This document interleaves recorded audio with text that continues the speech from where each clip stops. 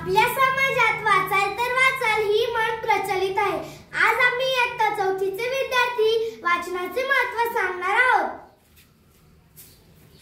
वाचन केल्यामुळे गंभीर विचार करण्याची क्षमता विकसित होते। वाचन केल्याने ज्ञान आणि माहिती मिळते। वाचन केल्याने उत्तम संवाद कौशल्य वाढतात। वाचन केल्याने सामाजिक दृष्टिकोन व्यापक होतो। वाचन केल्याने टीकात्मक विचारसरणी विकसित होते। वाचन केल्याने सर्जनशीलता वाढते। वाचन केल्याने सहानुभूती वाढते। वाचन केल्याने आत्मविश्वास वाढतो। वाचन केल्याने मनोरंजन होते। वाचनामुळे योग्य समजते। वाचन हा आपला खरा मित्र आहे। वाचनाने ताण तणाव कमी होतो।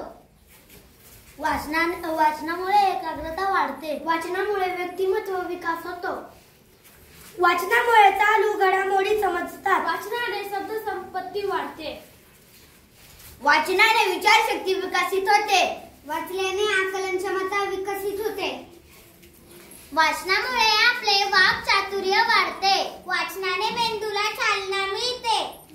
वाचन केल्याने डोक्याला आराम मिळतो। वाचन केल्याने आपण अडखळ्यावर स्पष्ट बोलू शकतो। पुस्तकांद्वारे विविध संस्कृती आणि परंपरांची माहिती मिळते। वाचनामुळे आपले आयुष्य वाढते। वाचन केल्यामुळे आपले शब्दसंग्रह आणि भाषा कौशल्य सुधारते। वाचन केल्यामुळे कल्पना शक्ती आणि सर्जनशीलता वाढते। वाचनामुळे ज्ञान संपादन होते। वाचन आपल्याला आपल्या सभोवतालचे जग अधिक चांगल्या प्रकारे समजून घेण्यास मदत करते।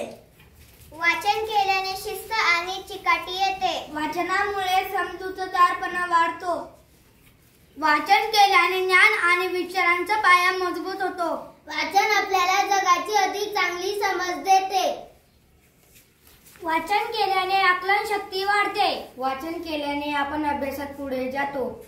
वाचन केल्याने सराव होतो। वाचन केल्याने स्मरणशक्ती वाढते। वाचन केल्याने एकाग्रता वाढते। वाचन केल्याने ज्ञानात वाढ होते। वाचन केल्याने मनोरंजन होते।